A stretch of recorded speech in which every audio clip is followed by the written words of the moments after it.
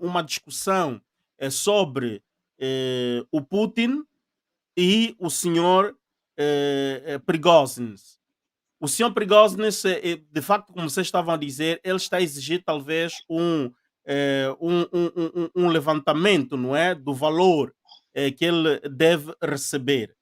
E existem lamentelas daqueles que estão, os mercenários, querem ser reconhecidos no exército governamental, e ele diz, aquele que desistir, o Putin, aquele que desistir desta ação do senhor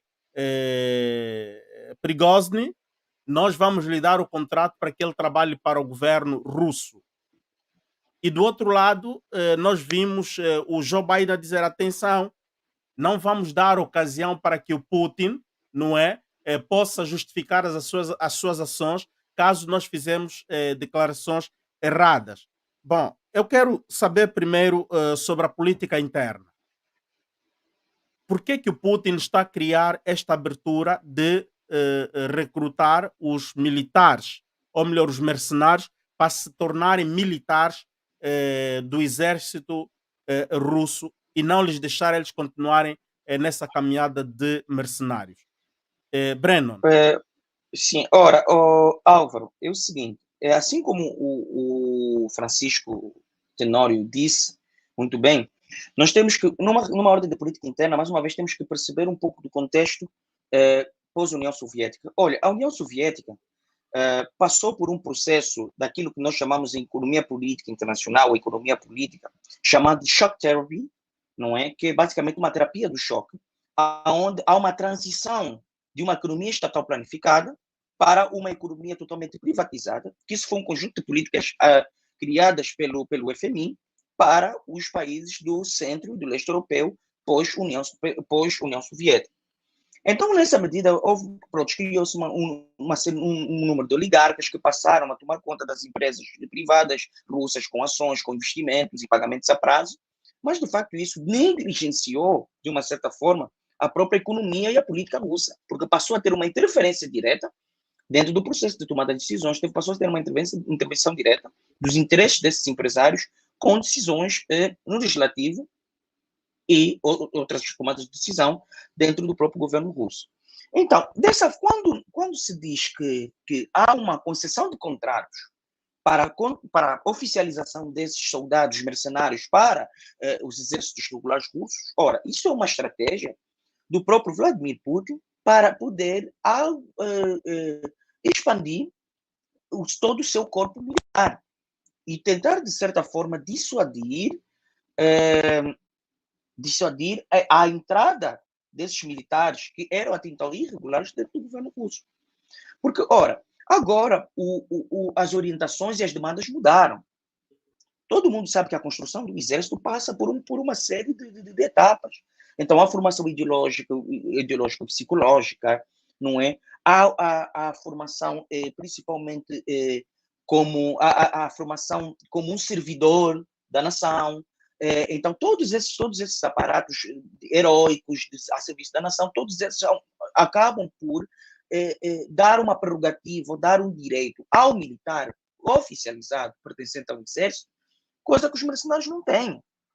É aquilo que o Francisco disse muito bem. Os mercenários, eles vendem segurança.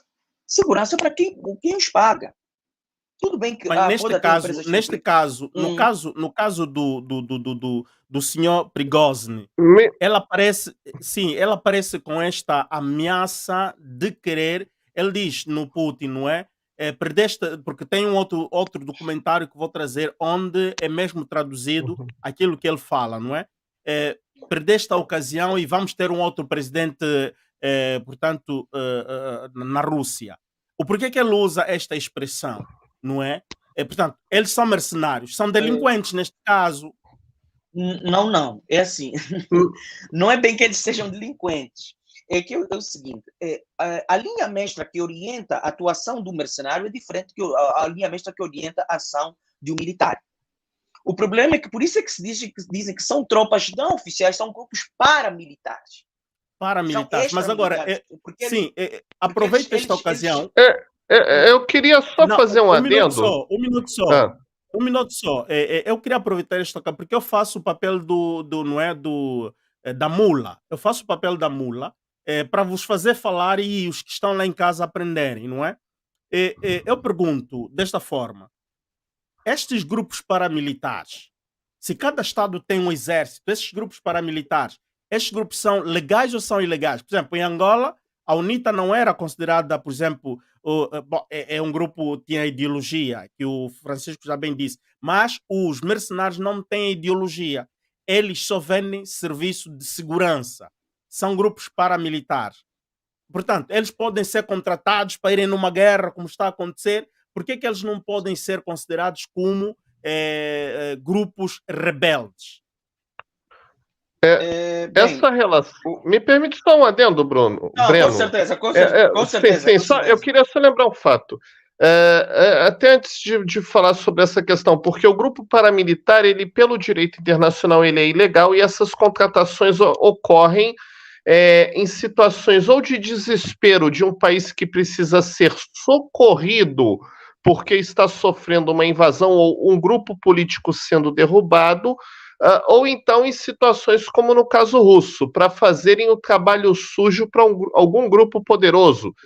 Um grupo paramilitar simples, vamos lembrar na história, americano. Na invasão da Baía dos Porcos, os Estados Unidos fomentaram a criação de um grupo paramilitar com imigrantes cubanos para tentar invadir Cuba.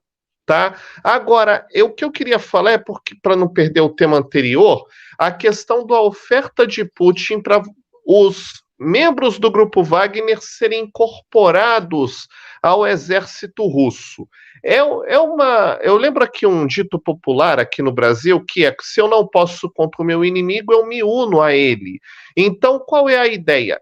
A estabilidade e o prestígio, o poder que dá um membro de uma guerrilha, vou chamar assim, entrar para as Forças Armadas, ser anistiado e receber e ter um salário, previdência para a família, cobertura de saúde, faz com que o mercenário abandone aquela atividade. Eu lembro, lembrando aqui de Angola, gente, eu vi ao vivo esse episódio na televisão, depois da morte de Jonas Savimbi, aquele encontro entre o general Camorteiro das forças da UNITA e o outro do governo angolano, que eu não me Armando recordo da o Cruz nome, que Neto.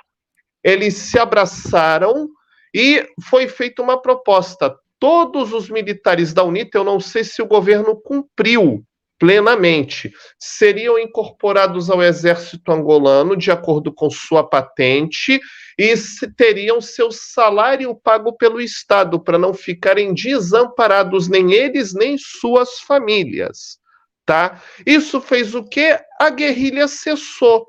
Foi uma manobra de mestre na época do José Eduardo dos Santos. Se ele não incorporasse aquele grupo guerrilheiro, talvez não se apresentasse mais como UNITA, mas poderia criar algum grupo perdoe a expressão, de bandidagem, como hoje existem as milícias aqui no Rio, tá? Que Mas vocês já devem ter visto na atenção, mídia. Tenório. Atenção, Tenório, que o caso da UNITA não tinha que ser. O MPLA é que procurava, não é? Dar essa vestimenta na UNITA. Que a UNITA era um grupo bandoleiro, era um grupo rebelde, rebelde ou não. Eles tratavam de rebelde, eles tratavam mesmo de um grupo que não poderia mesmo existir. Portanto, a UNITA era o seu mérito de ser incorporado no exército, porque tudo começa no acordo de Alvor, tudo começa na confusão que a própria o MPLA cria, porque ousa história, não se pode mais esconder, vimos que era o MPLA a primeira a violar o acordo de Alvor, porque Sim. devia-se criar um exército único dos três grandes movimentos da libertação nacional. E o MPLA tinha, portanto, violado, e a UNITA reclamava o seu direito. Então, ali é diferente. Quando chegaram a sentarem na mesa, criar o acordo, tinham que ser incorporados. A FNLA já tinha desfeito o seu exército, portanto, a FNLA perde. Já a UNITA consegue conquistar o seu direito. E a UNITA ainda está a fazer a caminhada. Agora, no caso Sim. da Rússia, esses são mesmo mercenários.